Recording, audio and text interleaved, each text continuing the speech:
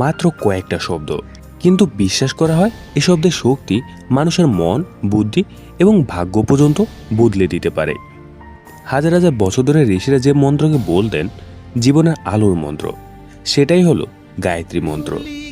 হিন্দু ধর্মে গায়ত্রী মন্ত্রকে শুধু একটা মন্ত্র নয়, বরং সব মন্ত্রের জননী বলা হয়। এর উৎপত্তি হয়েছে প্রাচীন ঋগ্বেদে, আর এই পবিত্র মন্ত্র মানবজাতিকে দান করেছিলেন মহর্ষি বিশ্বামিত্র। এই মন্ত্রে মানুষ প্রার্থনা করে, হে পরম আলো, আপনি আমাদের বুদ্ধিকে আলোকিত করুন, অন্ধকার থেকে সত্যর পথে নিয়ে চলুন। ধর্মীয় ব্যাখ্যা অনুযায়ী গায়ত্রী মন্ত্রের প্রতিটি শব্দে আছে শান্তি, শক্তি এবং চেতনার স্পন্দন। অনেকে বিশ্বাস করেন নিয়মিত এই মন্ত্র জপ করলে মনের অস্থিরতা কমে যায় এবং ভিতরে জন্ম নেয় এক অদ্ভুত প্রশান্তি। প্রতিদিন সূর্যোদয় বা সূর্যাস্তের সময় শান্ত জায়গায় বসে চোখ বন্ধ করে ধীরে ধীরে এই মন্ত্র জপ করতে হয়। বিশেষ করে 108 বার জপ করা সবচেয়ে শুভ বলে ধরা হয়।